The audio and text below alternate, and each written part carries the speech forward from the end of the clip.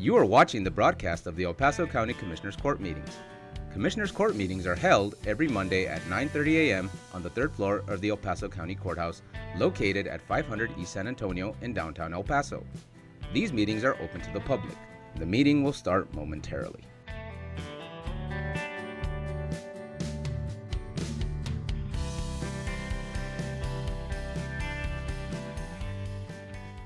Beginning June the 27th, if you have an outstanding misdemeanor or a felony warrant, we are giving the public a chance to clear their warrant by taking advantage of being processed at the satellite booking office in lieu of the county jail. This is also an opportunity to avoid your name being published on a criminal warrants list and being arrested at your home or place of business. For further information, call 546-2093 or visit epcounty.com and click on Operations Safe Streets.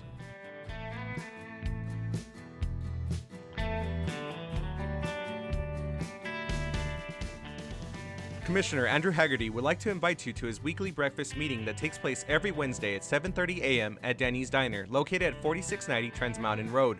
Every week he has a different speaker who will be discussing topics of interest for the community. So if you live in the Northeast, West Side, or anywhere else in the county, come and join us for the breakfast meeting.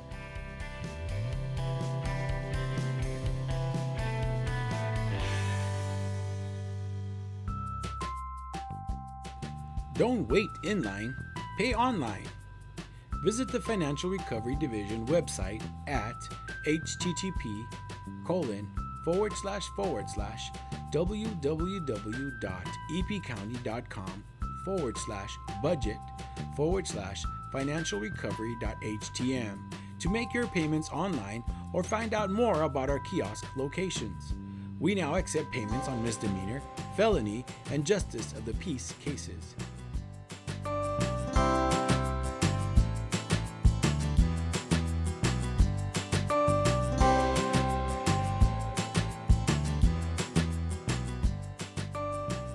You can now watch Commissioners Court meetings on YouTube.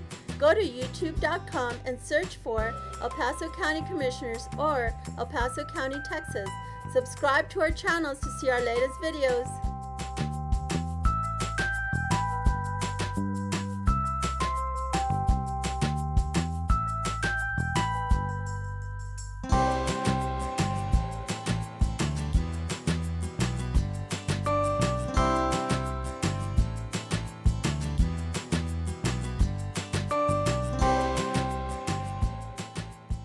Did you know that you can save money on the cost of your medications? And doing so is easy. In 2015, the County of El Paso launched a prescription discount card program from coast to coast. The cards are available to all El Paso County residents free of charge and everyone qualifies. You can pick up a card at any county office location, Walgreens, Walmart, CVS, or Target pharmacies, or simply print the card at www.coastrx.com. Happy savings!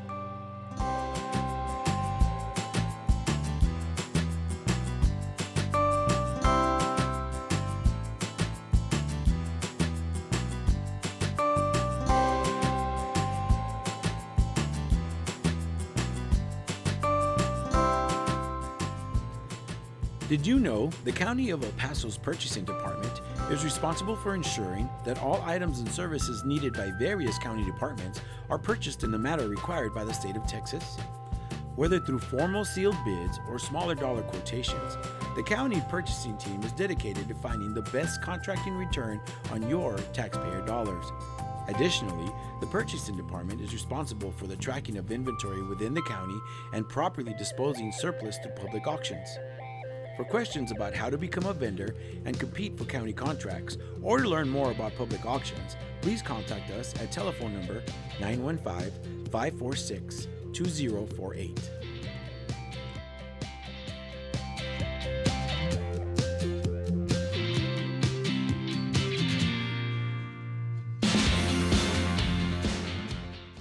The 346th District Court Judge Angie Juarez Barril started the El Paso Veterans Treatment Court program in 2012 for veterans and active service members that have been arrested and charged with a felony or misdemeanor criminal offense. To be considered for the specialty court, the statutory criteria includes be a veteran or current member of the United States Armed Forces, including a member of the Reserves, National Guard, or State Guard, and suffer from a brain injury, mental illness, or mental disorder, including PTSD, or be a victim of military sexual trauma, all occurring or resulting from military service.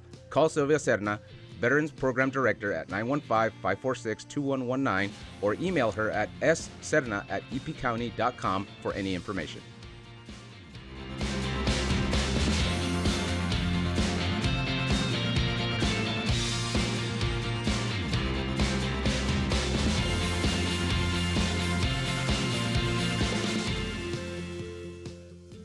Did you know that the County of El Paso's fixed asset control and inventory disposal is handled through the purchasing department?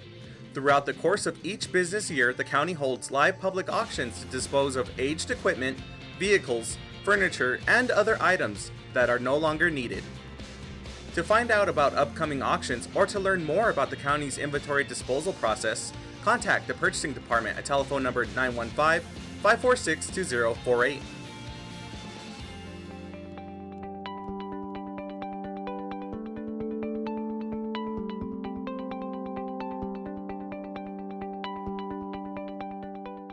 You are watching the broadcast of the El Paso County Commissioners Court meetings. Commissioners Court meetings are held every Monday at 9:30 a.m. on the third floor of the El Paso County Courthouse, located at 500 East San Antonio in downtown El Paso. These meetings are open to the public. The meeting will start momentarily.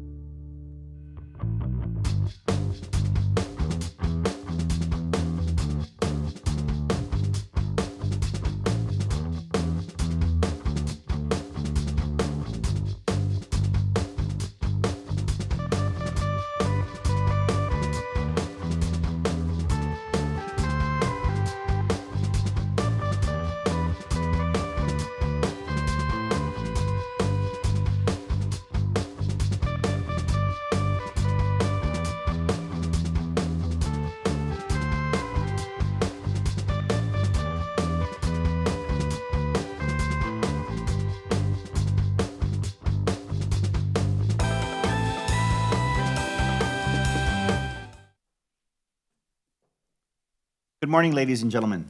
Today is Monday, July 16th, 2018. Commissioners Court is meeting in regular open session. Would you please rise and join us in the Pledge of Allegiance? Flag of the United States of America and to the republic for which it stands, one nation.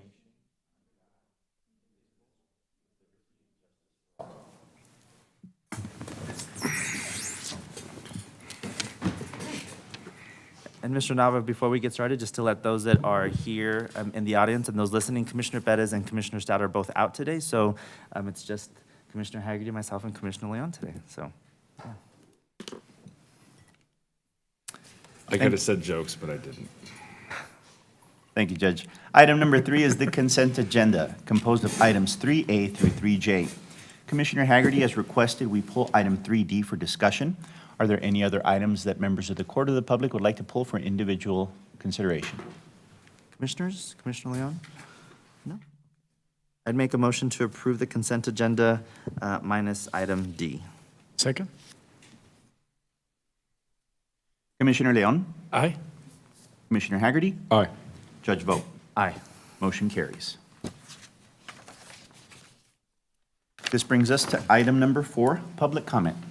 We have Mr. Pierre-Andre Uzaraga here with us this morning for public comment.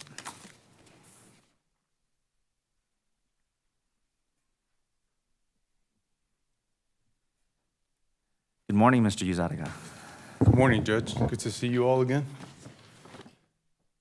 The Cannabis and Organics Act of 2018, Your Honor. I wanted to remind everybody that I think this mission that we put together, and I say we, I mean El Paso, I think it'll work. You're taking organics and you're combining that with the mission of the USDA federally, right? And now we're promoting a wholesome diet, which is more important than exercise itself. But you combine that mission along with the President's Council on Sports, Fitness, and what have you. Now, sports and fitness and nutrition, that's hand in hand with the diet. And now we're teaching our kids, look, I mean, we do it at schools, and let me tell you something about myself.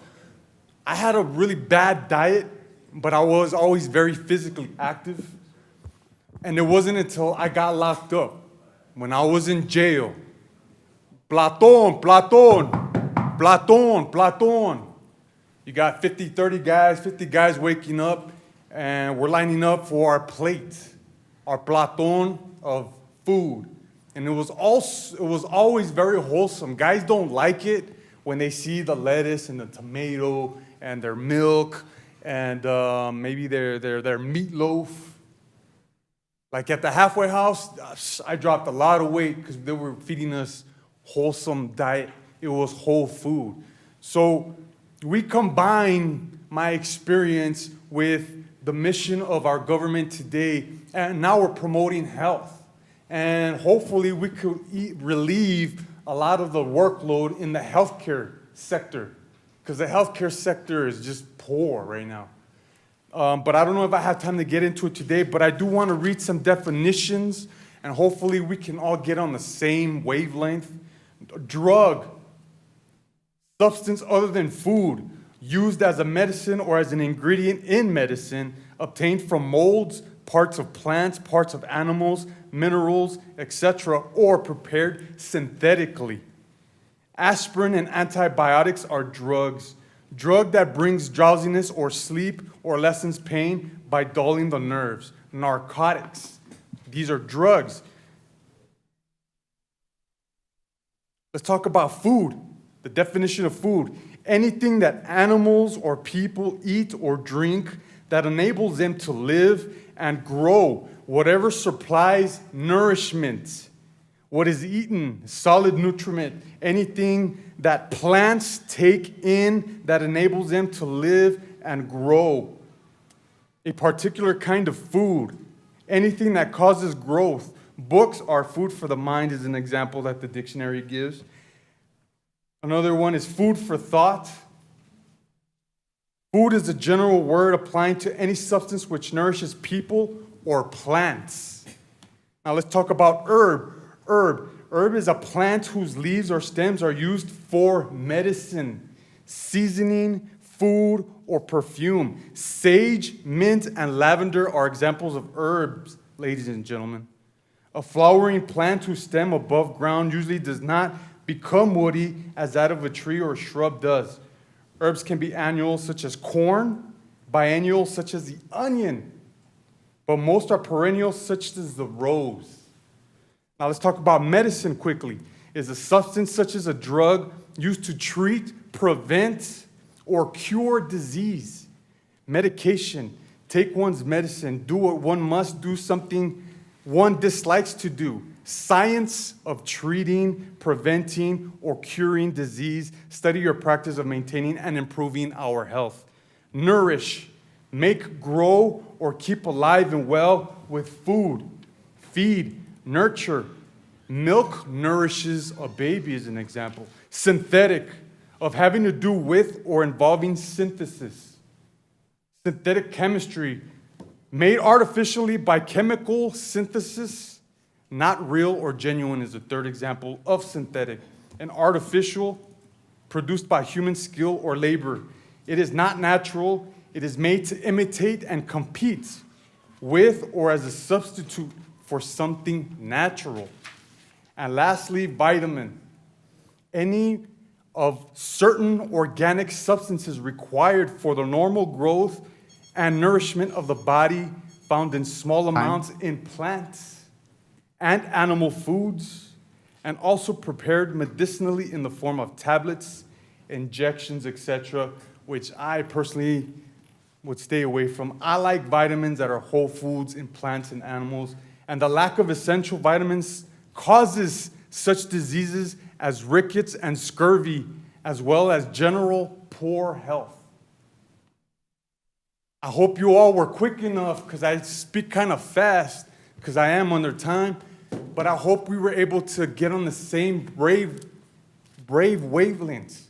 I mean, these are facts, and I'm using my due diligence to promote the point that I've been coming up here to make, and that's the importance of combining all of this information and moving forward with, I think, this act, because you could use this act locally, statewide, federally, and internationally. I mean, geez, how many families are out there separated because our organic laws are misplaced? I mean, so the time is coming, another week has come and gone, July will be over, August will be here, the kids are gonna get back to school, they'll be eating and whatnot, but what about, those of us who really understand? And I want to say that the suits that are in this building, let's come together. This is an El Paso thing. The reason that these laws are international and the reason why they prohibit and criminalize internationally is because of El Paso. It's because of El Paso. So if we get on the same page, ladies and gentlemen, and I know you know this, we can make it happen. We can get there, and we will get there. We will get there.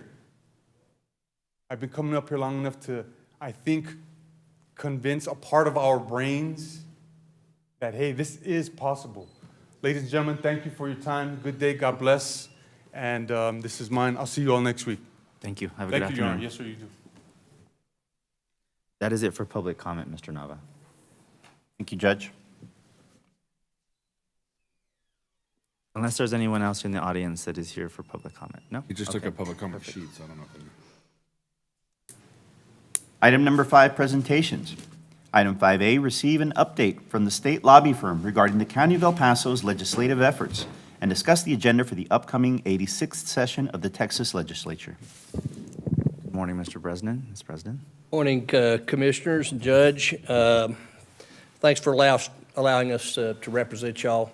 Ms. Russell will be here shortly. We have a day full of meetings to continue the work that we began some time ago in preparation for the next legislative session.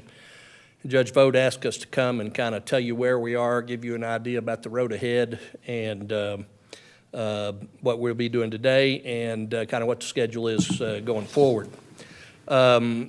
Just briefly, our legislative context in the future is going to be a little bit different than it has been in the past. The Speaker of the House is not running for re-election, so there will be a speaker race on. I think it's fair to say that nobody knows who the next speaker might be at this point in time. There's some announced and unannounced candidates. I suspect right after the general election, that'll kind of take off and begin to clear itself out, but that decision won't be made until early January. The House of Representatives is projected to gain a few new Democrats. It depends on who you're talking to as to how many that would be, but there would still be a large majority of Republicans in the House of Representatives, as well as in the Senate. There will be two new senators that we know of. Both of them have served in the House, so they're not entirely new to the legislative process. And there are two hotly contested Senate races in the fall. In both houses, there's likely to be some new chairs. So we're all remaining flexible and working on our subject matter and laying the groundwork as best we can for the coming session. There are a number of interim issues being studied by the House and Senate. To give you an example, flooding issues. That obviously particularly comes out of southeast Texas, but we're looking for opportunities that may open themselves, and we've been trying to make legislators more aware that flooding doesn't just occur in southeast Texas or along the coast. Eminent domain will be an issue. Historic and abandoned buildings, land use, which are issues of particular interest to the county, are also being studied and will be debated. We started our planning early. By my count, this is our fourth or fifth trip out to spend a day or two working hour by hour with the staff through a number of issues that they've developed, and as well as with y'all. I think we've met with each of the members of the court at least 2 times, and we'll look forward to continuing that. We've also met with the tax assessor collector, county staff. We've had multiple conference calls, multiple individual calls.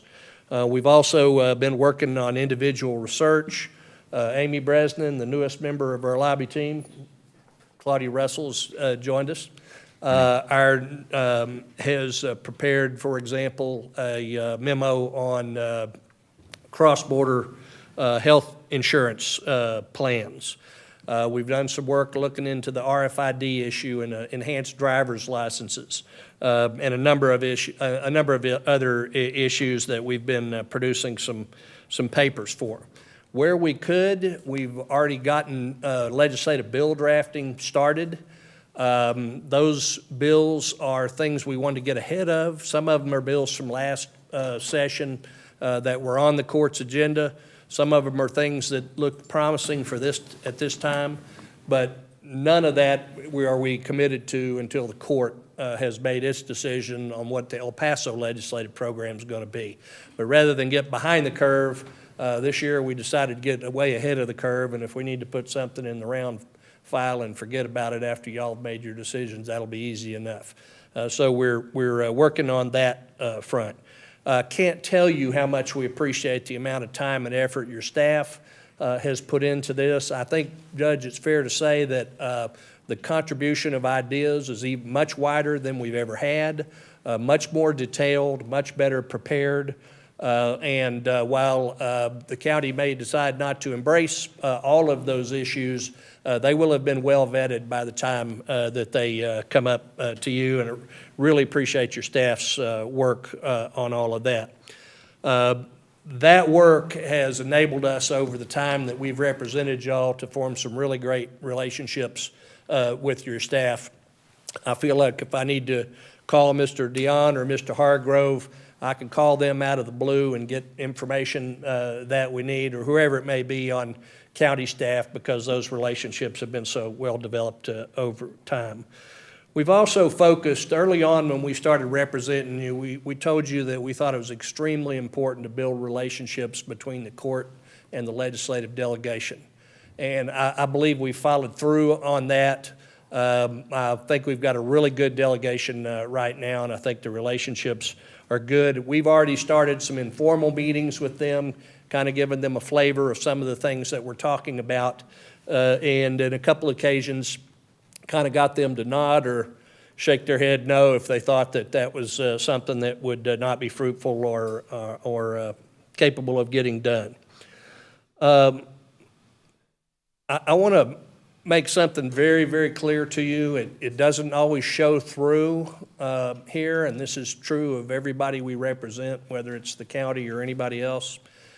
Our primary goal, our number one goal, is to try to prevent bad things from happening. And it's kind of like the Sherlock Holmes story of the dog that didn't bark. The key to the story was the dog that didn't bark, and that's many times what's not heard is the bad things that get knocked down or diluted. And so we are preparing even now to play defense on a wide variety of issues, and y'all know what some of those issues are, caps on your revenue stream and those kinds of things. Last session was unprecedentedly hostile to local government. We're optimistic, I hope not naively so, that there'll be a little bit less of that this time, but I think you're going to see a continued run at the property tax system. And so we're working diligently to try to play defense on that as needed. I know you've got a brief meeting. I don't want to delay it any further, but I do want to tell you that we'll be ready when it counts. And that work's ongoing. We'll keep doing it and be well prepared for this legislative session. Be happy to answer any questions if I might. Commissioners, and as you know, in this transition timeframe, part of what I wanted to ensure that the county was left with is the lobby team has always been absolutely fantastic, but I wanted to ensure that we had our legislative agenda prepared and done well in advance of January so that there were no questions as to where we were. We'll have our agenda done, we'll have our bills drafted and filed by then, so that once the session starts, it will be a matter of just tracking and moving that legislation, and we won't have to be doing a lot of that legwork in January when it may be a little harder. And so I really want to commend our lobby team for really grasping that desire, at least on my end, to ensure that we are as prepared as possible. We've got a really robust number of concepts that we're sifting through right now, I think upwards of in the 40s. And so we're trying to whittle those down, combine where we can, and see where we can fix where possible without legislation. But I think it's going to be a really great agenda yet again, where El Paso is going to be leading with some really great concepts. I know that each of you have contributed, and so have Commissioner Stout and Commissioner Perez. And so I'm really excited for us to present that agenda to the court in the next couple of weeks. Judge, I just want to build on something that you said there. There may be places where the court decides that it's more appropriate for somebody like the Conference of Urban Counties or the Texas Association of Counties to take the lead on that. Some of these issues, I think, fall into that category. We'll give you advice on that. Obviously, we'll do what the court wants us to do. But there are some of these issues that are of statewide import, and so the court may decide, here's where we want you to focus your resources, and we'll work with the organizations that you're members of to achieve those other goals. I've got to say, Steve, your team, as we said, the session doesn't start till January, but there's a tremendous amount of movement going on already with our own state reps that are already taking care of business. So when January hits, if you're not ready, then you're way behind. So we appreciate what you're doing now and getting ready to hopefully this will be a better session than we saw a couple of years back. That was it was a difficult one for sure. From a local government point of view, it was a very difficult session. I hope a lot of people put a lot of effort into minimizing the damage. So it's not very satisfying to tell a client that you minimize the damage to them. But frankly, it's often very important in the legislative process to do just that. Thank you very much for having us. Thank you. Appreciate it. Look forward to seeing you later in the day. Mr. Nava, if we could take items 6 and 7, and then if we could go to item 9 and 10. We've got some guests here for those items, and then we'll go into item 8 right after that. Morning, Item Judge. and item number Commissioners. 6, County and District Clerk. Pursuant to Texas Local Government Code Section 118.025G, hold a public hearing regarding the county clerk's records archive preservation and restoration plan and the assessment of a fee for fiscal year 2018 and 2019. Commissioners, I'd like to make a motion to open a public hearing as per item 6. Second. Morning, Judge and Commissioners. Wait, take the vote real quick. Yeah, sorry. Commissioner Leon? Aye. Commissioner Haggerty? Aye. Judge vote. Aye. Motion carries. About that, Ms. Briones? Every year, the county clerk comes before you, as well as the district clerk, with their plan for the Records Management Fund. We put it in the newspaper, and we come before you with what we've used it on and where we're going and what our wish list is. So for that reason, I am here to once again put before you what our plan is, and that is in the backup. Commissioners, any questions? This is a fairly routine item that we have on the agenda every year. I don't know if you have any questions on what the plan is moving forward for record preservation for both the district and county clerk's office. There is a $10 fee that we get from the public for preservation and restoration, and to safeguard the actual records. We have a plan presently, which we've done several years, different phases. We're on the 5th phase, Part 2, and we'll be beginning Phase 5 once the budget opens. There is also a fee that's asking for approval of the 5118 for the ink to pay for the advertising. That was put in the ink with the publisher's affidavit also. For the public, Ms. Briones, could you give us a synopsis very briefly on what Phase 5 will entail, if that's possible? Number of records? Normally, it's in 450 books. Right now, this particular one is 430 books. We give the volumes, the pages of how many. So normally, it's like $1 million for 500 books, almost 500 books. We've gone through the Commissioner's Court records, the vital records. We've done deed books. And we still have more of the deed books, as well as probate minutes that is what has been done. And then on the back, we have a wish list also of, I'd like to get to the military discharge records, because people come in, the veteran, and we're always looking for stuff, and, you're kind of the timeline of they need it right away to have a funeral. So it'd be so much easier, faster, better to have that on the actual website and having the books. So they're done in conjunction of easily found than pulling out old books and always handling them. That is one. And we still have a few more marriage books that I'd like to finish up, 111 of them, so that way all the vital records will have been taken care of totally. Commissioners, any questions, or any members of the public that have questions in the public hearing portion of this item? Okay, hearing none, I would make a motion to close the public hearing. Second. Commissioner Leon? Aye. Commissioner Haggerty? Aye. Judge vote. Aye. Motion carries. I'd like to make one last comment.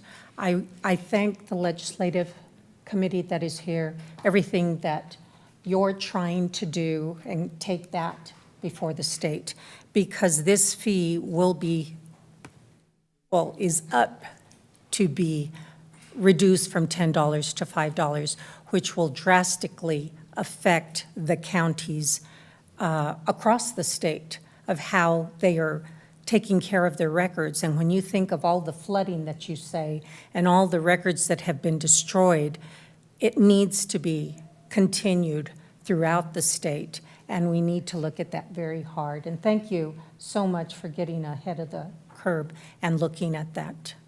Thank you, Judge. And with that, we'll read item 7. Sir, item number 7, pursuant to Texas Local Government Code Section 118.025B, approve and adopt the County Clerk's Record Archives Preservation and Restoration Plan for fiscal year 2018 through 2019. Further approve payment to the El Paso Inc. in the amount of $51.18 for the publishing of the public notice hearing. Funding is available in General Fund, County Clerk Advertising. Once again, the bill, or the tab was 5118. We need approval for the actual advertising for the public hearing notice. Move to approve. Second. And also part of that motion is for the adoption of the actual County Clerk's Records Archive and Preservation and Restoration Plan for this fiscal year. Thank you. Included in my motion. And before we take the vote, I would agree with you, Ms. Briones. There is a big concern with that $10 fee and it being reduced this next, actually not this next session, but it was a bill that was passed, I believe, last session or 2 sessions ago and set to funnel down in 2019. Correct. And so I know you're meeting today with our lobby team to discuss our efforts to begin to hopefully either minimize that impact or keep it at the $10. And so we'll begin to strategize on that. Thank you. Thank you. Thank you so much for putting that at the forefront, Judge. Commissioner Leon? Aye. Commissioner Haggerty? Aye. Judge vote. Aye. Motion carries. Thank you very much. Have a good afternoon. Thank you.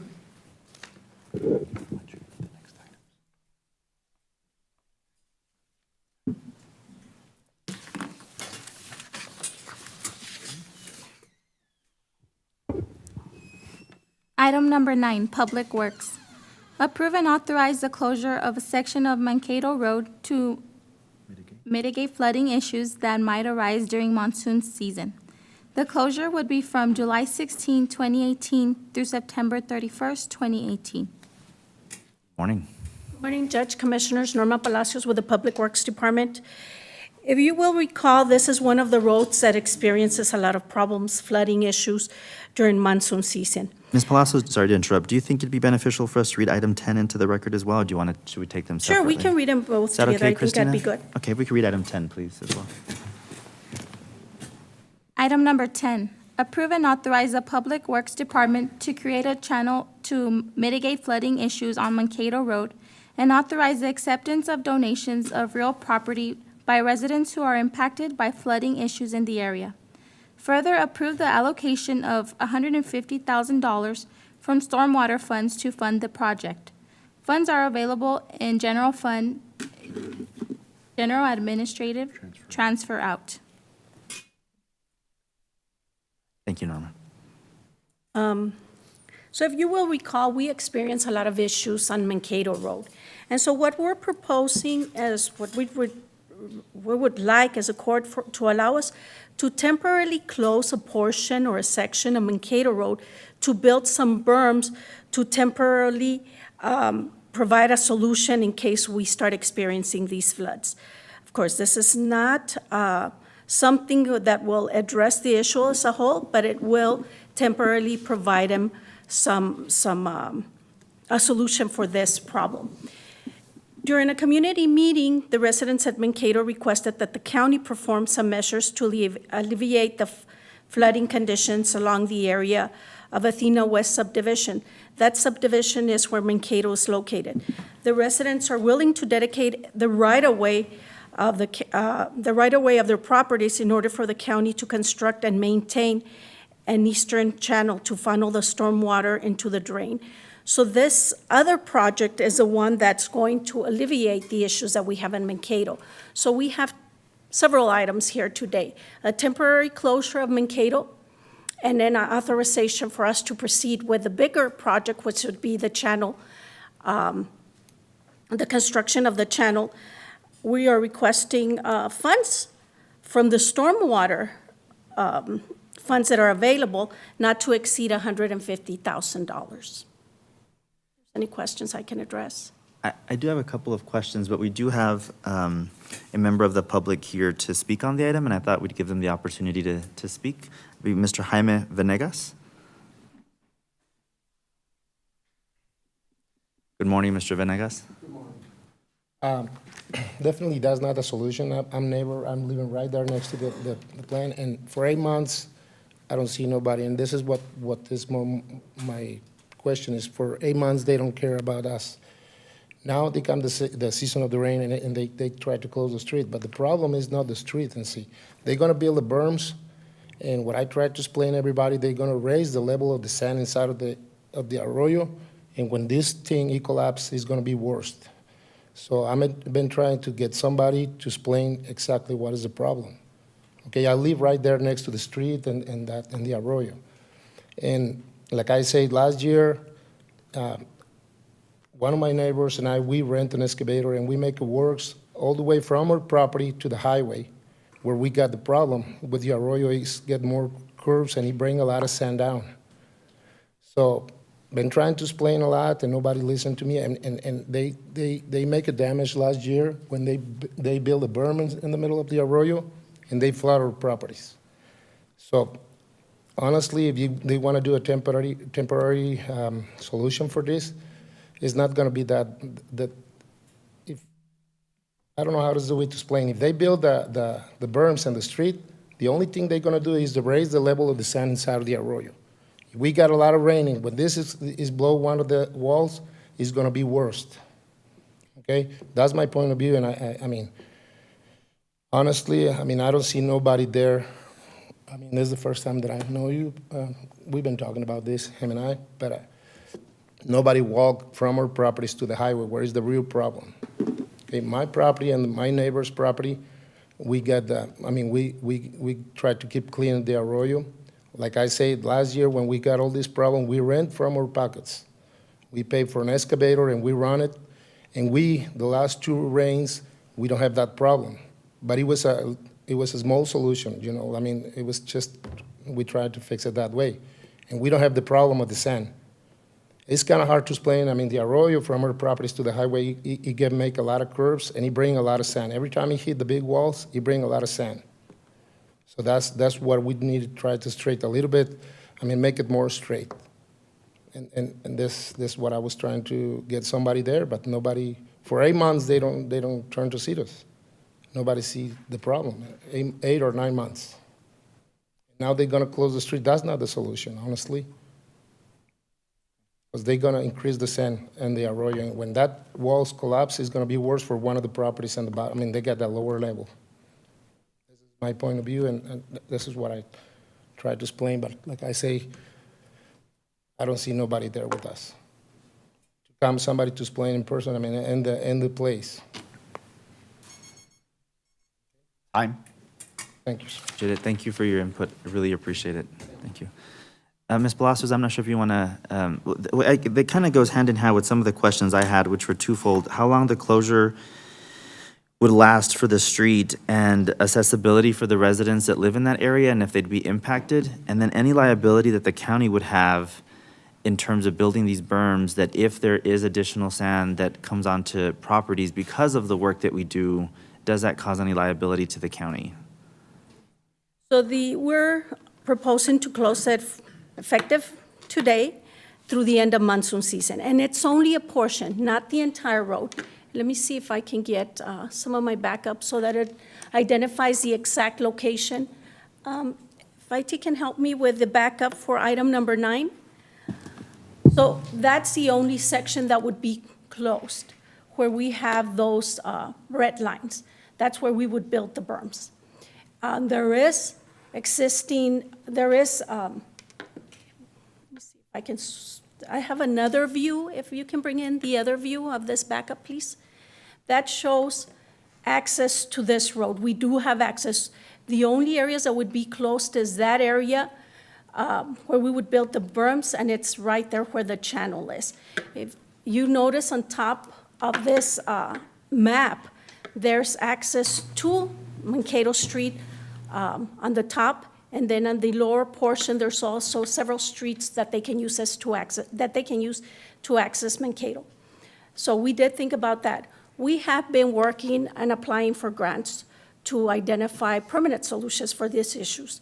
Our staff spent a lot of time out there evaluating, and that's why in meeting with the community is the one, some of them, the residents that live in the area are the ones that reached out to us and asked that we build these berms like we did last year, so that because it helped them.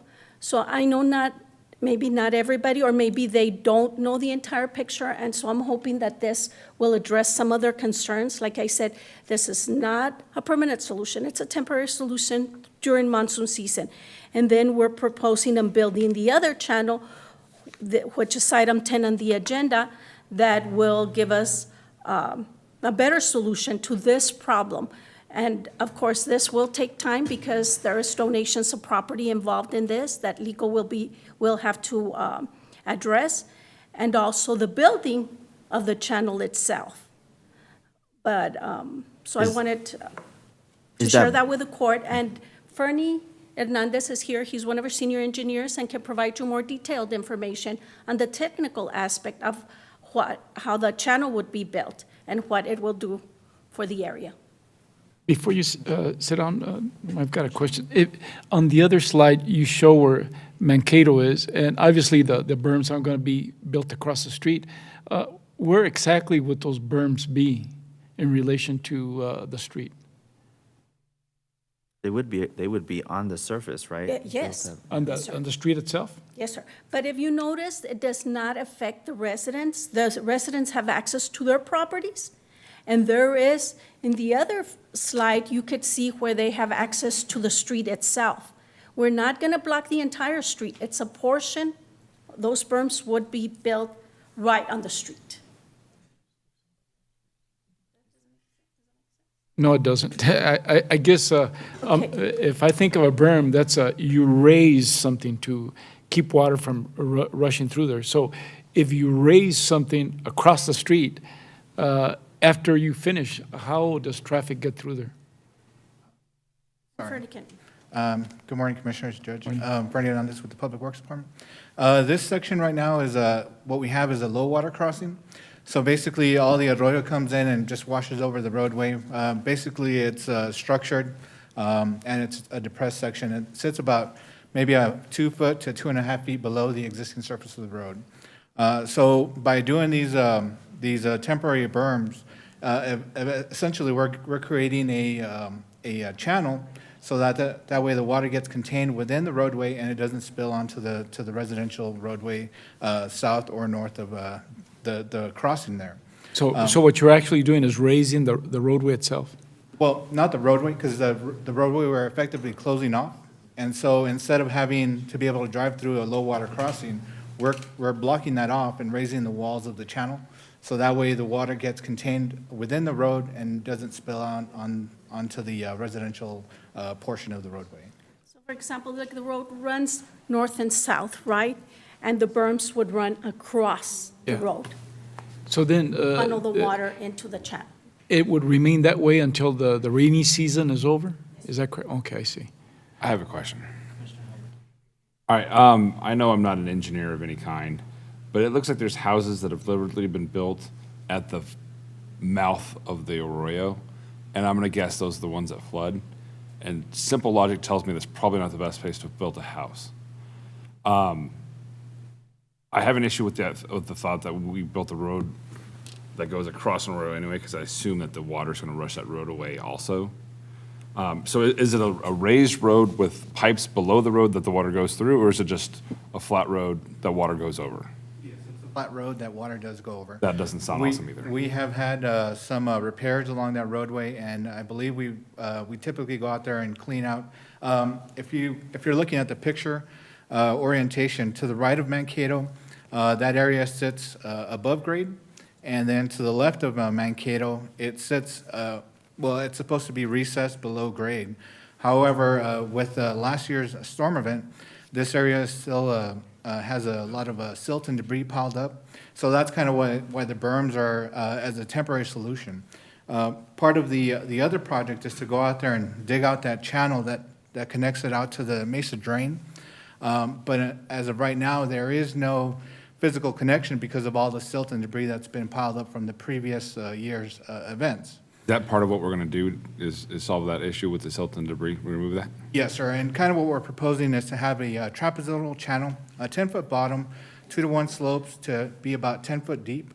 And so this will allow the water to rush over the road, fall into the channel without allowing it to discharge onto the residential areas, and then transferred over to the, I believe this segment's called the Mesa Spur Drain.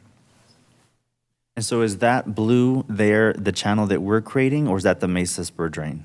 No, the blue channel is the existing arroyo path. So Okay. we would basically go out there and redefine the existing arroyo path by creating this channel.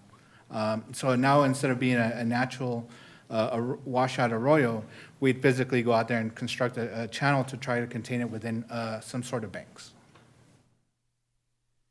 And I think That is the area of the project, the one that's highlighted.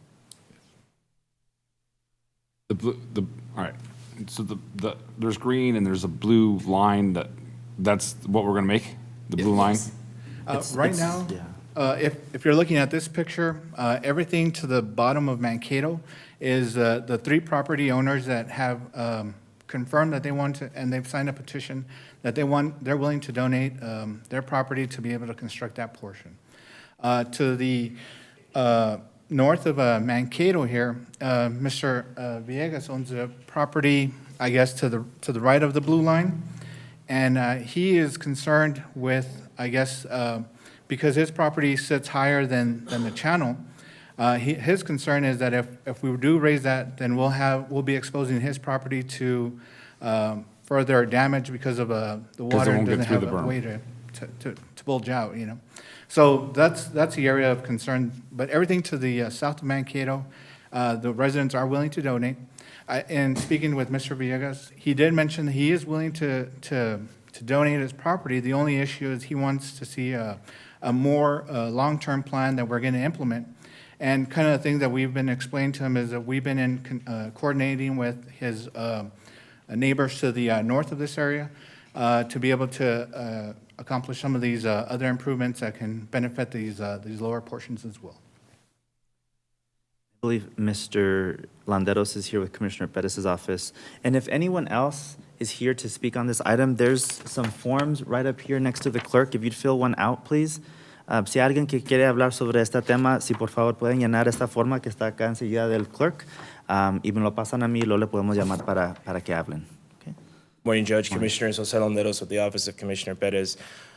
This is one of those areas that has a history in the lower valley of being subject to flooding during stormwater, as Public Works has already described. We definitely want to thank Norma Fernie and the entire staff of Public Works for what they've proposed here, and the residents for being willing to work with us. The flooding issue really extends to all the properties right there on Mankato.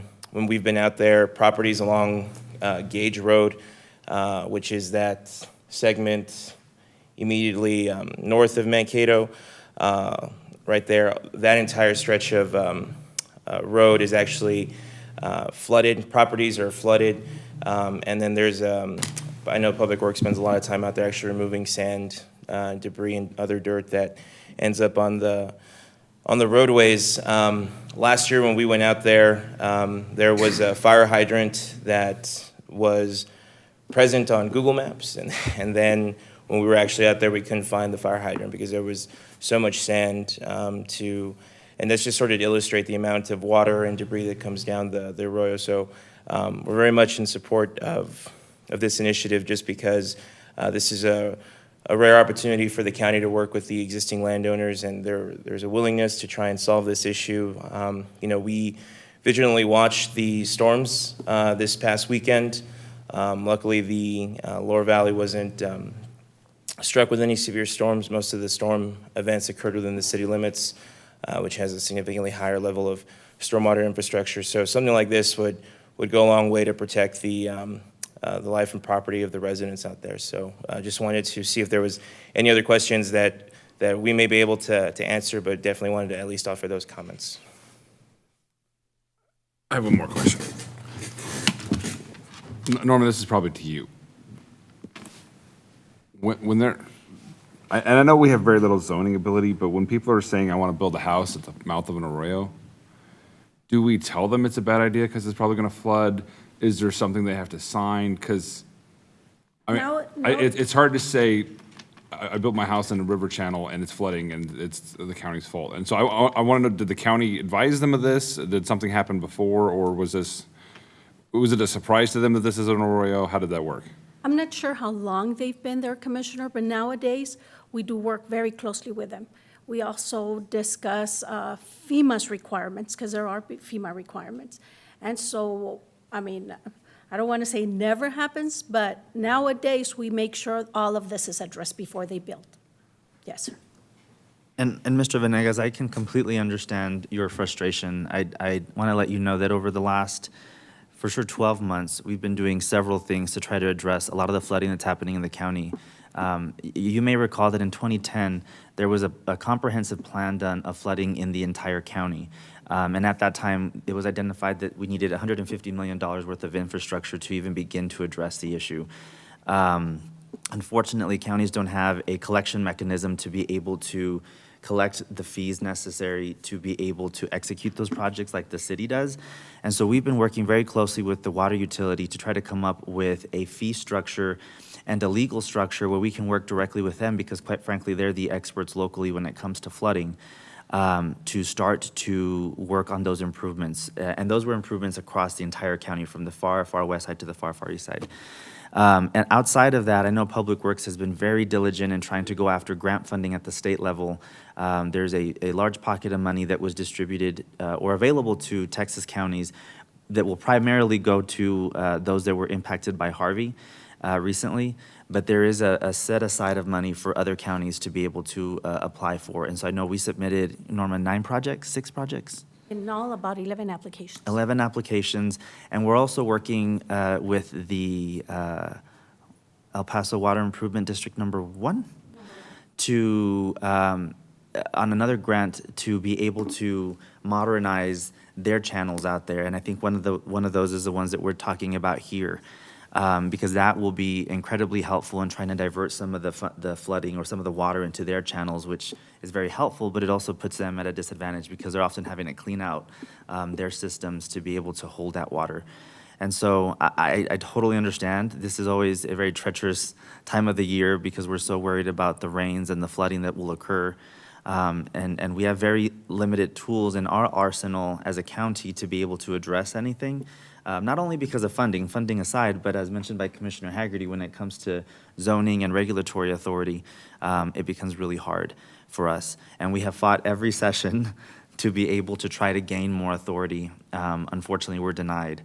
But I completely understand your frustration, but I can assure you that over the last several years, especially this year, I will speak for us, we've been really, really trying hard to figure out a long-term solution. And I think once we get with the water utility to figure out that structure, which we've been working on for the last several months, and we can get that money coming in, we'll be able to have a more long-term solution.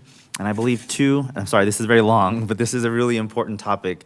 I believe 2 Mondays ago, or maybe a Monday ago, we approved updating that 2010 plan, because what we saw at that time in 2010 was flooding primarily occurring on the far west side of El Paso, and it wasn't accounting for the flooding that we're seeing now on the far east side, places like here in Mankato and others. And so we have invested that money to go ahead and update that plan to ensure that we are being as methodical as possible with any funding that we might have. The court set aside last budget, I believe it was $4.5 million to begin to work toward addressing this issue. And we'll have budget discussions the next 3 weeks to evaluate whether or not we can do the same again this next year.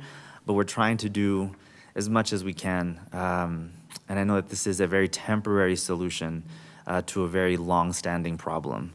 So I'm hoping that this might be helpful, but if you wanted to say a few words, you're welcome to. If you want to come up to the microphone, please. Yeah. The only thing that I want to be, they need to know they're going to increase the risk for the neighbors in the bottom. Okay? Doing this, the only thing they're going to do, like I said before, they're going to raise the level of the sand inside of the arroyo. If that collapses, it's not going to be the flooding of the street. They're going to bury that 2 or 3 properties in the bottom.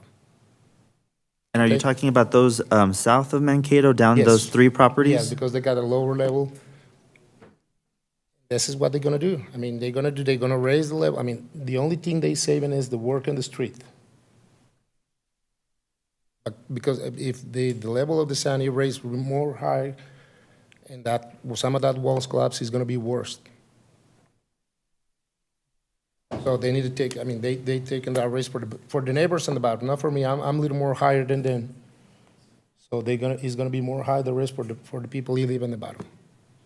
Although I think those three neighbors have indicated that they want to pursue deed or They want giving that to land. close the street because they think that's the solution, just they don't see the water in the street or the sand. But what they're gonna do with my question is, the sand is gonna keep coming and erase inside of the arroyo. This is what I'm been trying to explain, and they think just that's the solution, just to close the street. I mean, make a couple of berms. It's not about they close the street, everybody, we're gonna get access to our houses or places. That's not the problem. The problem is they're gonna keep telling, they're gonna get more sand and more sand inside, and when this thing collapses and it's gonna be real higher, it's gonna be worse, the balloon, the amount of sand is gonna come to the houses. If it happen. Okay? And the reason we got more water is because they got more constructions there in the north of our properties, and we can catch more water. I mean, this arroyo used to get, I think, 4 branches, they feed the arroyo. Now they are like 11 because of the properties they've been building or the constructions in the top. So that's the reason we get more water. And it's not like a solid ground, it's just sand. So every time you come down, you bring a lot of sand, and the only thing they need to do is, I insist, is try to straight. If we got a map to the north of our properties, you can see the arroyo, all the curves they do, and they hit the walls. And I did it last year. I worked from my property to the highway with a little excavator, and I put 1 day of work, and it was just a small solution because the last 2 rains, we got the water. I mean, you can go and see it was just running less sand, almost just water. It's gonna keep bringing sand anyway, but I mean, it was not that big amounts of sand because when the arroyo hit that big wall, it's talking about 40-foot tall, that hills of sand, and it bring a bunch of sand. That's the problem. That's the only thing I was trying to see if we can get something to fix from our properties to the highway. And the north of the highway, when they build the highway, they straight the arroyo, and they don't have that problem to bring more sand. This is what I wish it was somebody we can walk and explain in person what is the problem right there. And they need to be, like I say, the neighbors in the bottom, they want to close the street because they don't have the water in the street, and that's fine. That's okay for me, but like I say, it's going to be bigger risk. If you see them and you got somebody to know what I'm talking about, you know the level of the sand is going to grow up in the arroyo. And if we got a big storm and when it go real high and it's like a bomb, it's collapsed one of the walls, it's going to bury some houses there. And it's not mine because mine is more high. My property is a little higher. So, but this is what I'm trying to. Okay. Well, we appreciate it. Thank you. Okay. Thank you. Before you sit down, Mr. Venegas, I've got some questions. What you're saying, if the berms hold up, then we're in good shape.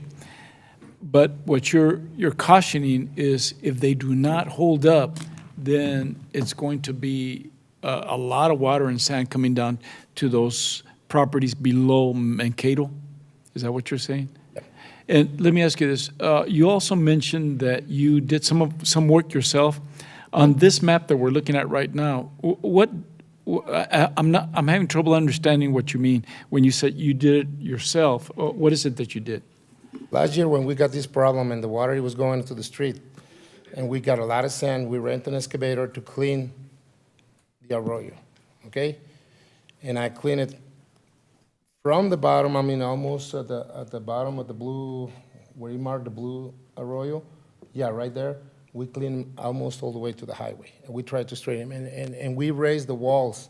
When we was cleaning, we was just making a channel and just drop the sand to the sides to get more flow to the water and the sand. And we were from the north of our properties to the highway. This is when we tried to straighten all the curves, and the last 2 rains we have, it worked.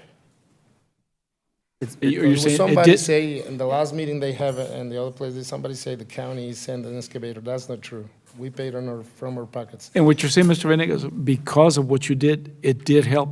It helped a little bit the last 2 rains. And like I say, if it was somebody there walking with us, is my neighbor and west side of my property and one of the neighbors in the bottom. If we are the three persons, we was working. But like I say, I wish it was somebody to go with me and explain it, what is the reason we get a lot of sand. We can take the water anytime. The water is not the problem. The problem is the sand come in the water. It's building in the arroyo. It's growing the level of the ground in the arroyo. See, this is my concern, that we actually have some of the residents here telling us that it may not be a good idea to do this. And I know that, I think we got another speaker that lives in the area. This is what they're gonna do with this. To close the street, we are not gonna have a mess in the street, which is fine. I mean, everybody, we don't wanna have that in the street. But that's not the solution, okay? The only thing they're gonna get is to increase the risk if we got a lot of storms to bury that houses in the bottom, if it happened that. If you raise the sand level inside, because you're just building this is what they do. They build a big canal and it's coming the sand high. When it comes the water to the top of that big walls we have, and it collapses, it's gonna be worse. Okay, thank you. So, I mean, that's the only thing, and the only thing, and I'm sorry to say this, the only thing they want to save is work in the street. I mean, trying to clean the street if we have a mess in the street, but that's not the point. Your solution is to leave it as it is? No. I'm talking about the solution is to clean from our properties to the north, to the highway, to try to straight the arroyo. Because when you make all the curves, and we don't have a map to see from our properties where you got the green to the highway, you can see how many curves he have the arroyo, and that's is like a big hills of sand. So every time the arroyo hit that once, he bring a lot of sand, big amounts of sand. And the water, I think we can. I mean, it's not a big deal. Your recommendation for the county would be then to clean out the arroyo all the way from the bottom to the top, instead of investing in the berms. I would say from our properties to the highway, because. And the area of properties is keeping very straight. If you can see that, I mean, it's not totally straight, but. So from Mankato to the bottom, there, is that what you're saying?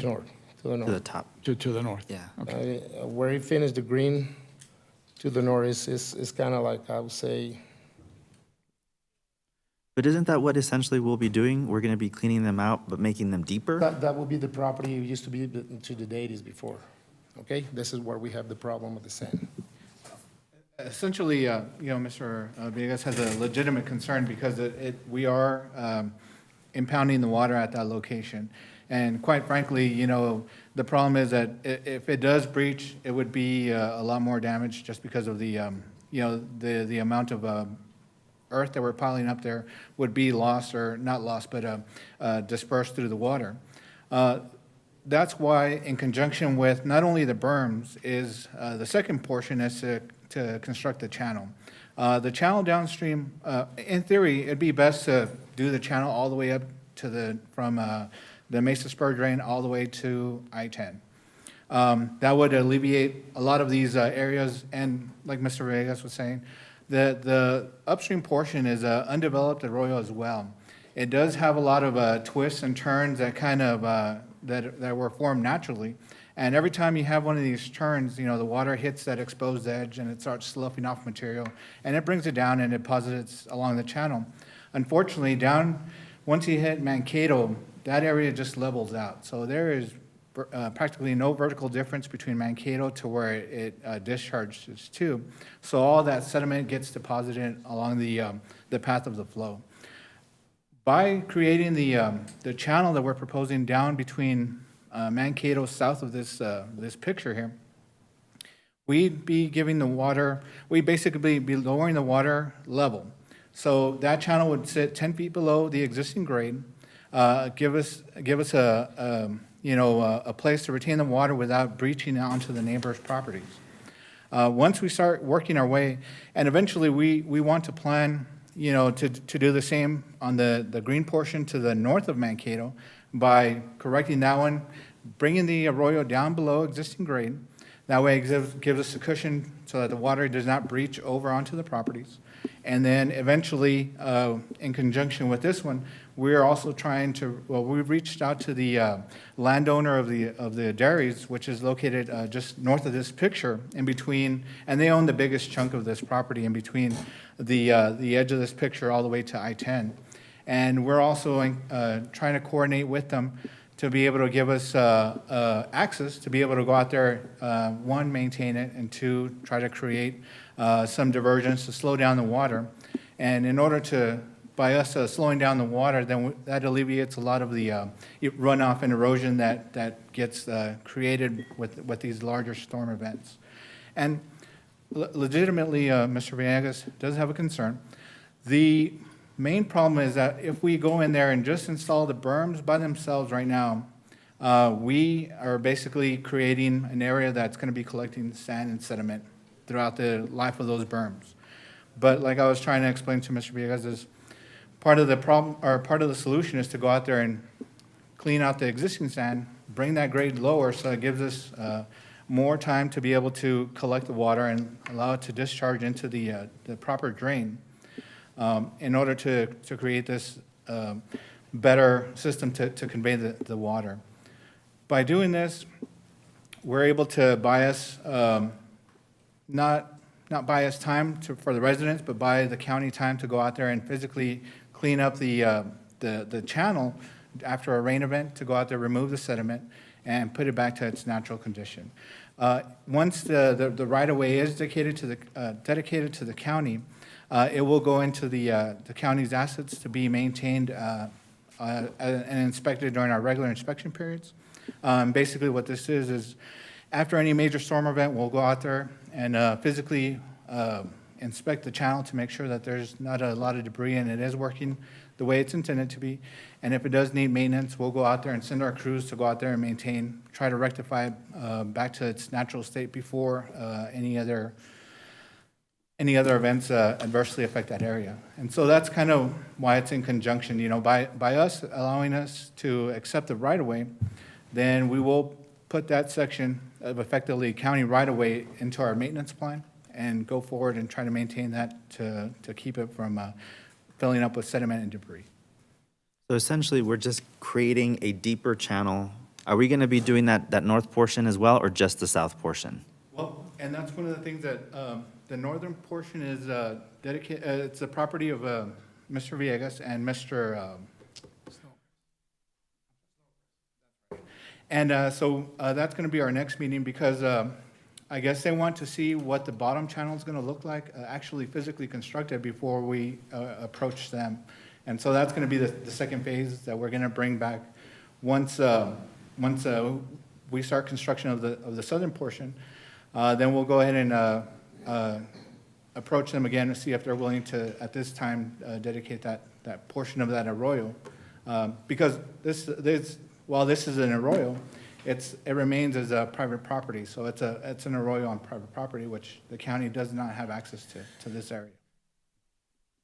And we have one. I understand that perfectly fine. Whatever you do down in the bottom is not going to control the sand it's going to bring, and it's going to. And the problem is the sand is coming from the top. And we have one more speaker on this item, Mr. Every Martinez. Mr. Martinez.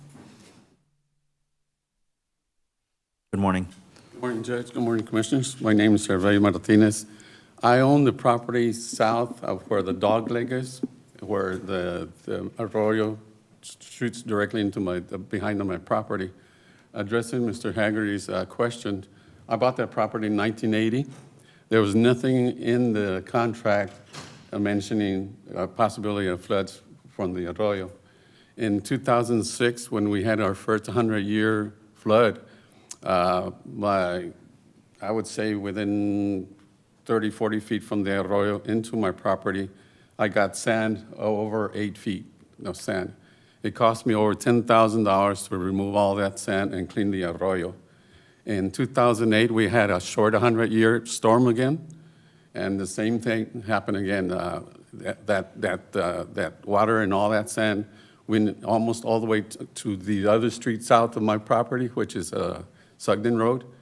And the left side of my property got flooded. The deepest was anywhere from 3 to 10 feet as you approach the arroyo. And it cost me another $12,000 to clean all that sand from my property, and it came out of my pocket. I'm glad the commission has finally addressed this issue because it's come it's every year it's become a problem. I know people say, well, I like the rain, I like the way the air smells, I dread rains because all I can see is all this flood, all this sand, all this water coming straight into my back property. And like I say, it's to me, the sound rain is an awful sound.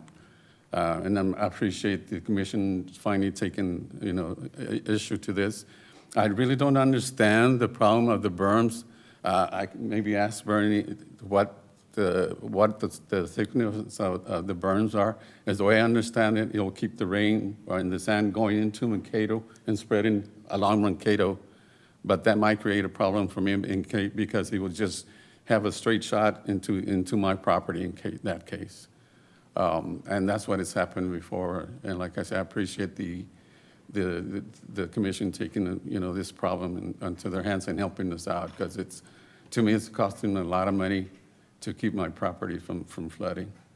So in your opinion, is today's action to close the road temporarily, placing the berms to allow for the flow to be more directed toward the drain at the very bottom there Right. in the south, is this helpful to the issues that you've been having in the past? Would this help? Well, my concern in that case would be that the water and the sand would have a straight shot right into my house. Even though it's a little deeper and? Well, I've seen it dug at least, 10 to 12 feet deep. And I would say within 4 or 5 minutes after the flood comes, I mean, that arroyo it's filled to the brim and it overflows into my property. The problem is, like I tell people, I would be glad if it was just water, but it's just what's called sugar sand, which is real fine sand, and that just creates a problem for me in having to excavate it from my property. And your property, I'm sorry, is it shown in this picture? It's south of that dog lake, right as it flows into the Mesa drain. Is it that building with a brownish roof, or is it further south? It's right between the two boundaries in the middle. The one with the red roof? Yes, sir. Okay, it's one right here, yeah. I don't know if that would solve the solution. The problem that those berms would just, like I said, that would be my concern in that it would just create a straight shot into my property. I don't think there's an easy solution for Mr. Venegas and I, but it is a start. And I think the biggest problem would be that the drain, the south, where the arroyo drains into the Mesa drain, that's the biggest problem. It's what is it, a 10-inch or 12-inch concrete pipe, and as the water comes from the north to the south, I've seen toilets, I've seen car seats, I've seen mattresses flowing down the arroyo, and that drain doesn't take very long for it to clog up, and then all the sand and the water just backs up all the way up to Mankato, and that's what happened last time. It backed up all the way to Mankato and then started flowing on the street of Mankato. But the arroyo part behind my property was at least 12 to 14 feet deep of sand. And I appreciate you all, addressing this problem. Thank you. I guess my question to legal is still on the question on the improvement and what that means to the county. Sure. Christina Sanchez, Assistant County Attorney. I think with any project that the county, takes an active role in or partakes with, there's always that risk of liability, if you will. In circumstances like these, in terms of where you have an active participation by the county in building a berm or constructing a berm to initiate a different flow of the water in this particular area. One of the issues that, in addition to the risks, what the county looks at as well is whether or not this is done for public health and safety and for the betterment of the community. So those are one of the immunities, if you will, that a county as a governmental entity does enjoy. However, in terms of all those other issues and the factual assessment that your members of your public have raised, I mean, of course, those I'm sure are undertaken and looked into by your county engineering department, who's going to look at those issues and factor those in as they are moving forward to design a particular solution to this issue. So in general, that answers the questions. If we want more specific issues, that's probably more appropriate for further executive session discussion, but that's generally the feedback to that specific question, Judge. Thank you. Norma, did you have any other comments? No, sir. Okay. Commissioners? Well, Judge, Commissioner Hager, I'm still concerned. We had mentioned that people south of Mankato were very receptive to the idea, but we had Mr. Martinez tell us that there where he lives. I'm still not convinced that it probably might be the answer, but I'm not convinced, and we're running out of time because we're getting to be right in the middle of the flood season.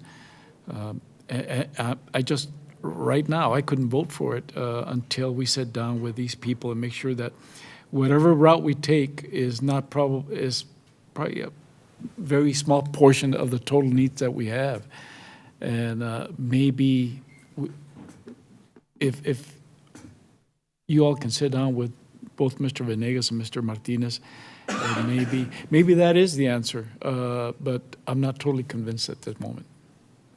Haggerty? We need $700 million to fix the flooding issues. To be about 70% in El Paso, Texas. We don't have it. We can do nothing, or we can try something.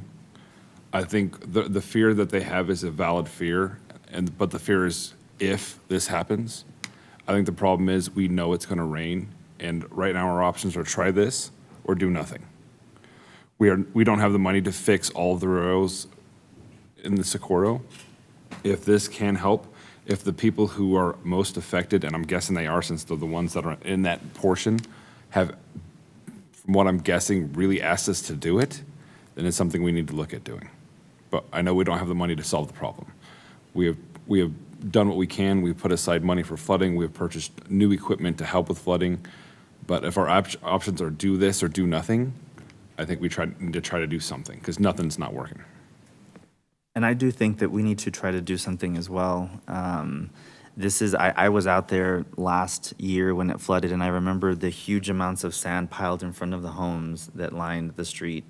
I do feel like, well, one, I don't think that we only have 3 of us here today, so I don't know that we have the ability to vote on that. We have the ability to vote on it, I don't know that we have the votes to move forward today. I don't know, that's the statement. The 2-1, so there would be yes. And so I do think if we could wait a week to maybe just do a little more due diligence through Public Works and meeting with Mr. Martinez and Mr. Venegas and any of the other property owners, and then bring this back next Monday. This might be the solution, I don't know, and maybe we can expand upon it or do something that might ease your concerns and show you what this might look like. I'm not quite sure what might help. And I'm sure that Public Works has probably tried to do that due diligence already, but if there's anything we can do within the next week to evaluate the situation and come back next Monday to reevaluate this proposal. I wasn't clear. Right now we're talking solely on the south portion. We're not looking at the north portion. Is that correct? And do we have the capacity to look at the north portion as well? I feel like that might be helpful. I don't know, but is that something we can do in this time frame as well, or is that just not feasible? And I guess to the north of the roadway, there's 2 property owners, Mr. Venegas, which is the property to the right of the arroyo, and then Mr. Stormcrest is to the left of the arroyo, and he is very hesitant because I guess like Mr. Venegas is concerned that anything we do below his property is going to affect his property itself. What they've expressed is that they want us to alleviate the solution upstream of this area, which as part of the grant, that's what we're looking at. That's part of our overall master project to go out there and reduce the flow coming down this, and thus reducing the amount of sand and debris that comes down here. Unfortunately, most of these, or I guess these two property owners are taking the point of, let me wait and see how you guys resolve the southern portion, and then we'll look at if we want to dedicate this right away. I know Mr. Venegas has been a little bit more receptive. He is willing to work with us. But again, he's kind of taking the approach that, you know, by the time you get to his property, it's too late. We need to do something upstream of this. And Mr. Which, in theory, it is a logical solution to do everything north of that. I guess one of the things that we have to take into account is that once we start negotiating on the top portion, which is part of the grant that we put in to put a retention pond and to capture a lot of this runoff and basically prevent it from entering into this area. This channel is going to be minimally used at this point. It'll still have the same effect that it'll convey the water into the ultimate location, but it'll be reduced at a much slower rate and a much more manageable speed that we can prevent some of this erosion. One of the things that we're also trying to convey is that by allowing us to do this, you know, it'll alleviate a lot of this maintenance that we do on the low water crossing, and eventually the plan is to go out there and put a channelized culvert crossing underneath the roadway and raise the roadway back up so that it does not have a low water crossing at that point. But those are more long-term plans. I mean, right now, we're just looking at the current situation. And I understand your concerns, Judge, but I got the impression from our conversation that they've already had those meetings. You've already met with the constituent. You've already had public meetings on this. So what do you expect to get from additional public meetings based over what we've already done? And that's, Not because my fears are really kicking the public can. meetings, no, but at least being able to think through, I mean, if we've already thought through the north portion of it, and that's not something that we can do now along with the south portion, then I guess we can address it. I mean, I do think that we need to do something. I mean, this is an area that's been hit every, No, I feels like agree. almost every year. And my fear is, right now, our choice is do something or do nothing. And we've done nothing and nothing hadn't worked, so let's try something. Last year, it was a last-minute thing to build the berms, you know, and there was a request from the constituents that live in the area. They brought this item back, that if we would. How did they work last year? How did they build them? No, you did it last year. How did it work?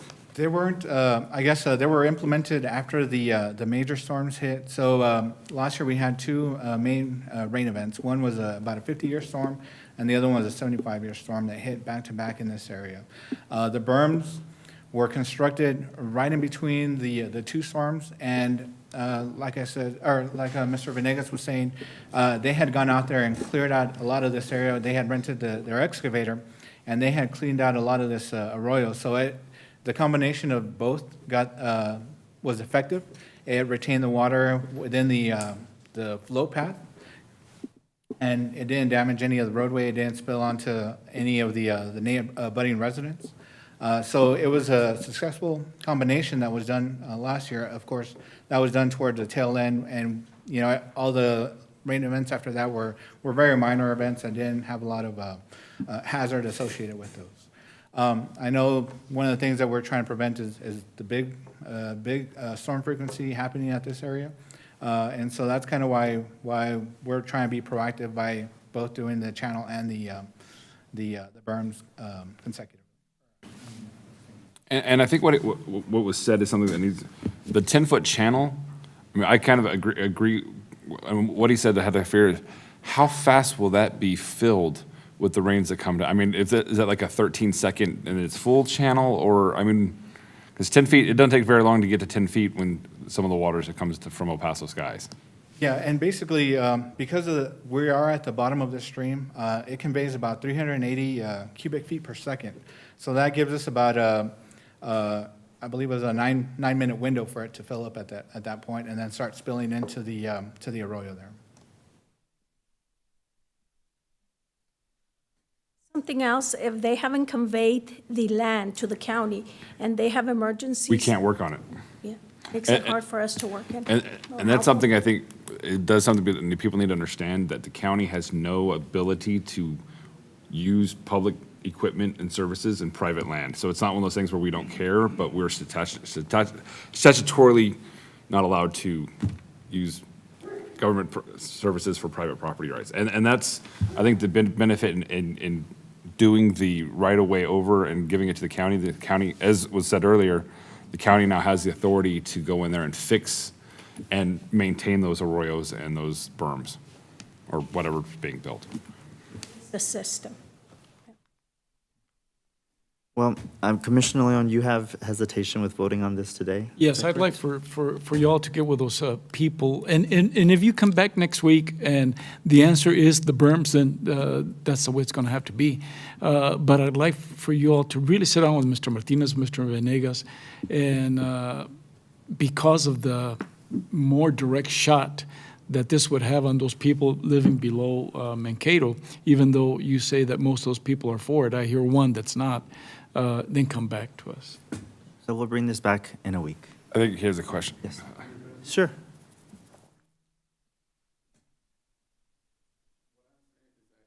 I'd like for the commission to take, as soon as possible, action and to remove that sand, because right now, the way the arroyo stands, it's about 60% full of sand. And once we get a good rainstorm, it'll probably fill up very quickly.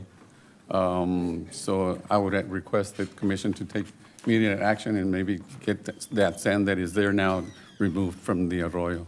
So are you in favor of what's on the agenda today? Oh, yes. No, he was in favor. That's why I thought there was. Okay, I was a little confused. I was conflicted. No. I thought you were not. I was just concerned that if they built the berms. Yeah, I thought because of the berms, it would create more of a direct shot to your property. Yes, it would. Yes, it would. But I'm still in favor of the action to remove that sand as soon as possible. Okay, you're not in favor of the berms. You're in favor of removing sand. Yes. Okay. Mm-hmm. Thank you. Okay, thank you.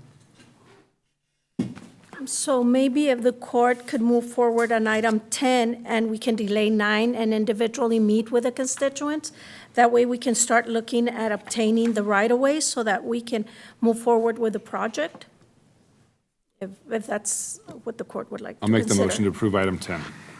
And I do think that would be beneficial, because if you think seeing what's done in excavating the southern portion, and you think that that might be helpful for the northern portion, the sooner you can see that, then the sooner that potentially there could be something done to the northern portion of the arroyo.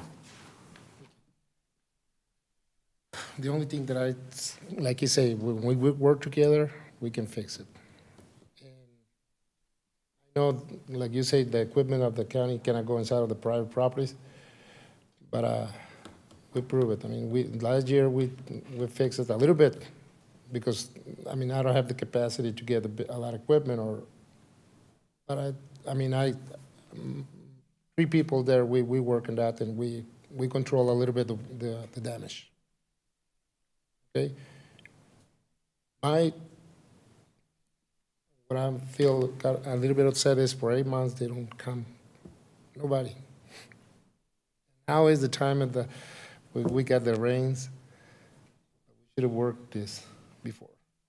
And I don't think it take that much money, I mean, that big amount of money. We spend like $3,000 renting equipment and probably like $2,500. So this is what we spend to straight the arroyo a little bit on the north side. And we don't have that much sand.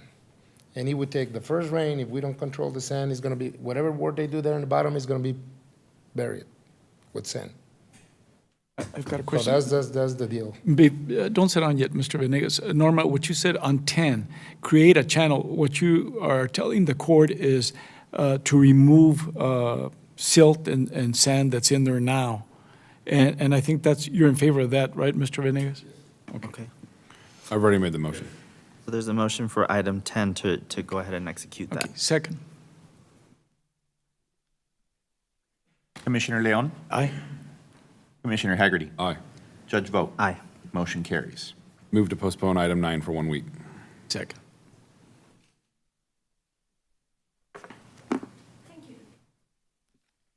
Thank you. Commissioner Leon? Aye. Commissioner Haggerty? Aye. Judge vote. Aye. Judge, can we take care of D? We've had HR here for... Yes. Hold on for me 1 second. I don't know, oh yeah. If we could go ahead and take, Mr. Nava, item D that was pulled from the consent agenda, please? Yes, sir.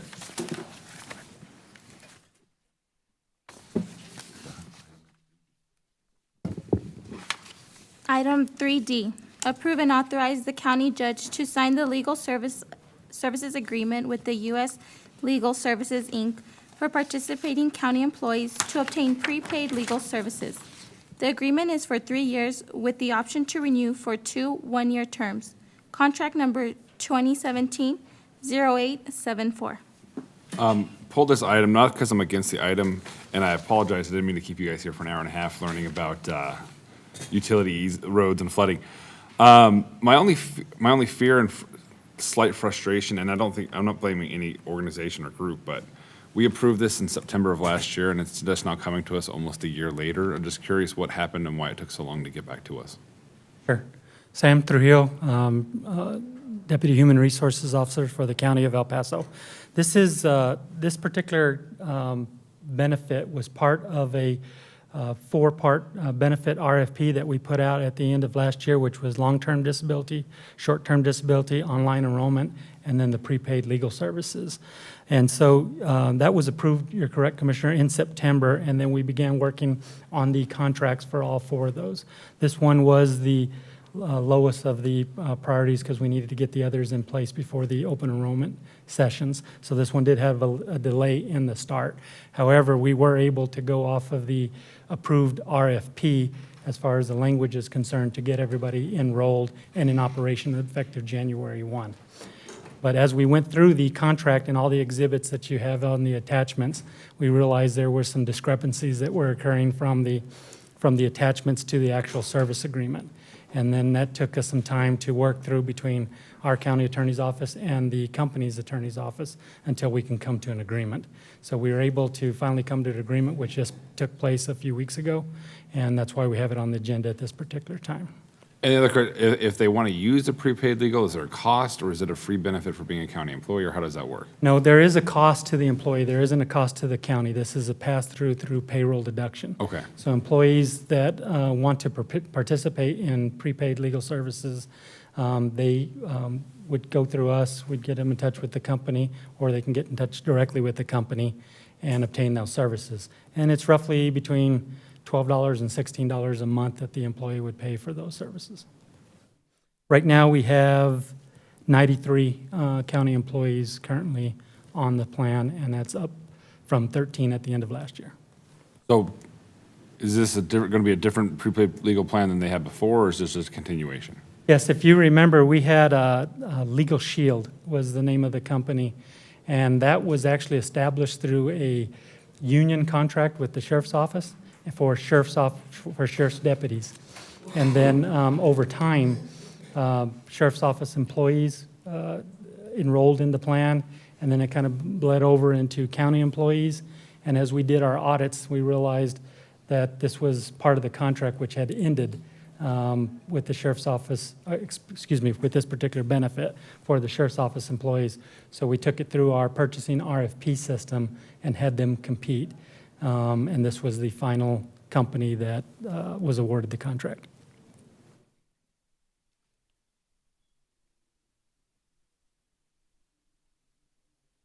Judge, Commissioners, good morning. Melissa Carrillo with Human Resources. One of the last things I just want to leave you with is, if you remember a few years ago, there were some issues with benefits and payroll deductions of our employees where we didn't know who initially authorized those benefits. And at some point, we did an audit to determine why are some employees being offered this benefit and others weren't? And the issue was that back in the day when contracts were awarded, similar to what Sam is discussing, when those contracts would expire, employees would keep that benefit and still be payroll deducted for these benefits, even though the county was no longer doing business with them. They were no longer the selected vendor. And so a few years ago, we did a complete audit of benefits within HR, and this is part of that system where every year we will bring back those benefits to you all for consideration. And if the court so chooses to engage in these benefits, then we will RFP them to ensure that employees consistently are payroll deducted. If these contracts or when these contracts expire and we switch vendors yet again, we will timely notify those employees so they have the option of withdrawing and paying them directly or payroll deducting with the new vendor you select. But we want to make sure that we're constantly bringing it to you all so that you authorize the benefits before our employees are payroll deducted. Move to approve. Second?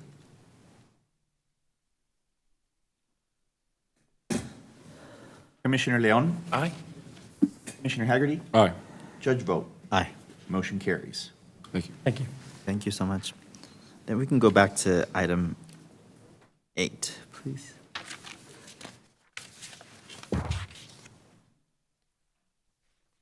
Item number 8, economic development. Approve and authorize the county judge to sign the Oñate Crossing, Old Fort Bliss, Harts Mill Project, Historic Structure and Cultural Landscape, Phase 2, Southwest Border Resource Protection Program Grant Award and Cooperative Agreement from the U.S. Department of the Interior, National Park Service in the amount of $50,000. This grant will allow the County of El Paso to complete Phase 2 of the ongoing Oñate Crossing, Old Fort Bliss, Harts Mill Project. There is a $5,000 county match required. Funds are available in special revenue, tourist promotions, operations contingencies. Contract number 2018-0395. Morning. Good morning, Judge. Good morning, Commissioners. Valerie Venecia, Heritage Tourism Coordinator for Economic Development. Very briefly, back in August, the court authorized our department to apply to the National Park Service's Southwest Border Resource Protection Program on behalf of Phase 2 of the ongoing Oñate Crossing Old Fort Bliss Harts Mill Collaborative Project. At that time, the court also authorized the $5,000 competitive match to be paid for through the HOT Contingency Fund. And as of June 13th, a very long waiting period, we were finally awarded our full ask, which was also coincidentally the highest amount that could be allocated through the Southwest Border Resource Protection Program. Sorry to interrupt. I don't know if you wanted to change the slide. It's up on the screen. Yeah. There we go. And so at this time, it's our recommendation that the judge be authorized to sign the service agreement, permitting us to go ahead and work with our purchasing department to release an RFP for a consultant to help us begin with the Phase 2, which is a historic structures report and a cultural landscape report for the buildings that are still there in the area. This is an old historical map of the entire area, and we're looking at Harts Mill and the 2 officers' quarters, and this is how they look as they stand now. Are there any questions? No, I think this is really exciting that we were given the maximum amount and that we can actually get this work started. So. I'm very excited also. It'll be, Amaterra is the consultant company that produced Phase 1, which is a compilation of all of the previous studies. And so whoever's awarded the RFP for Phase 2 will be able to jump right in rather than having to do all that background research. So it'll be nice to see what kind of plans are developed. Questions, commissioners, concerns? Motion to approve. Second. Thank you very much. That picture of the old Hacienda restaurant, is that the old Harts Mill building? Exactly. Okay, thank you. Commissioner Leon? Aye. Commissioner Haggerty? Aye. Judge vote. Aye. Motion carries. Have a good afternoon. Thank you. Have a great afternoon. Thank you.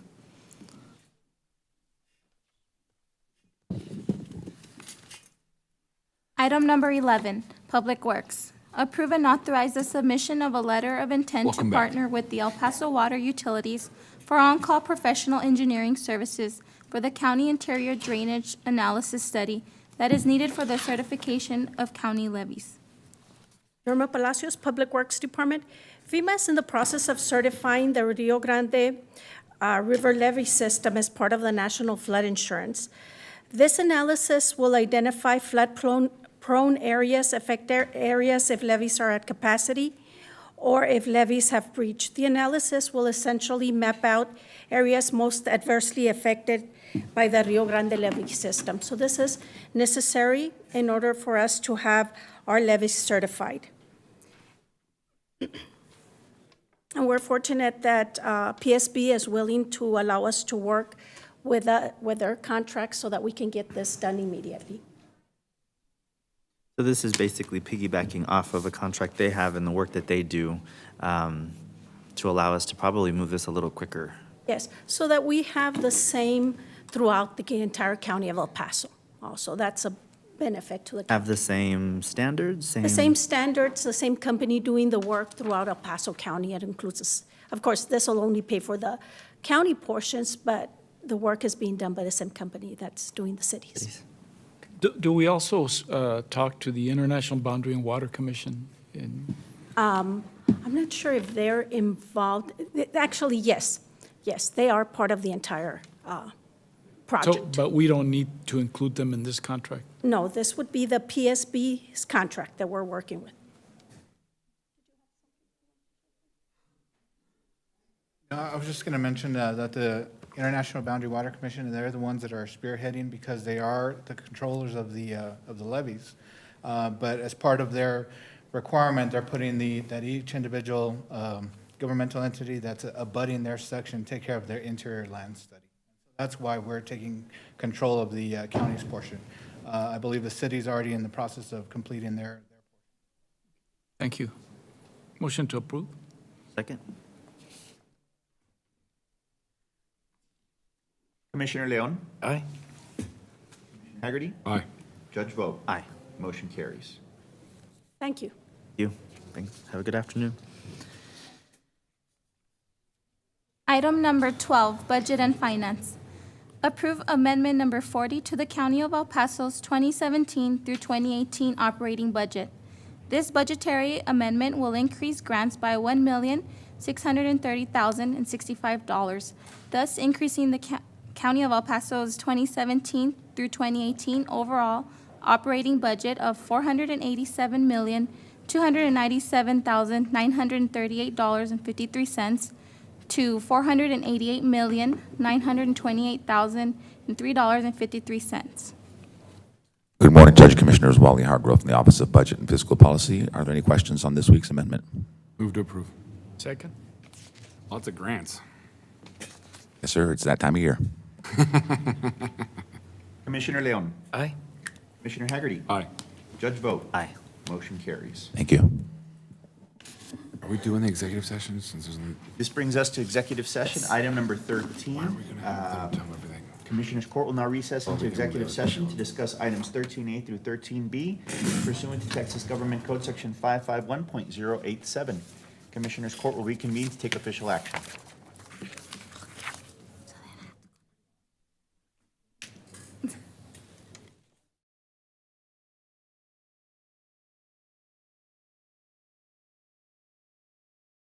Director at 915-546-2119 or email her at ssedna@epcounty.com for any information.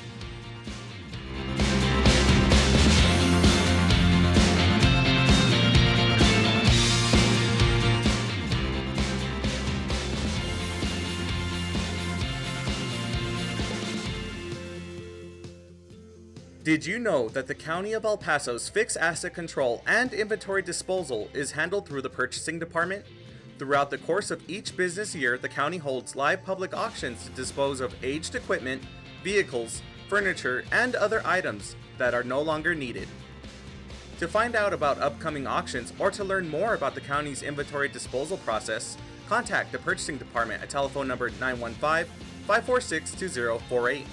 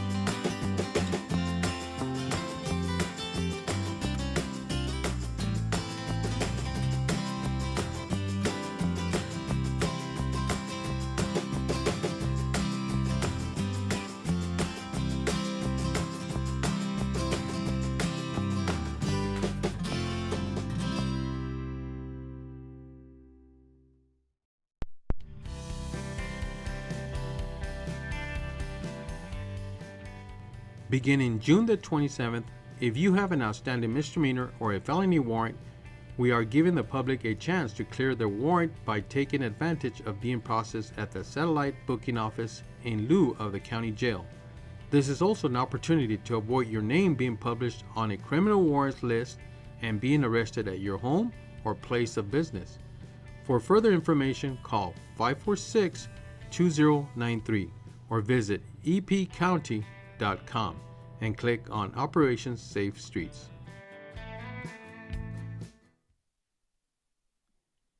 Commissioners Court has reconvened into regular open session.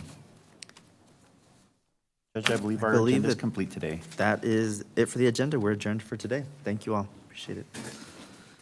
This concludes today's meeting at 11:36 a.m.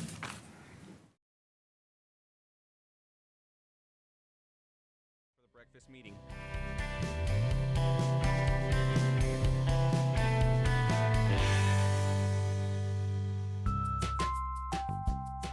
Don't wait in line, pay online.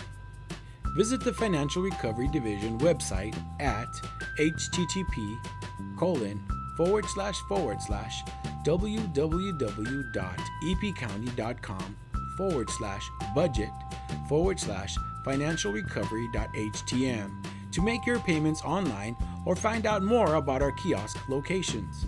We now accept payments on misdemeanor, felony, and justice of the peace cases.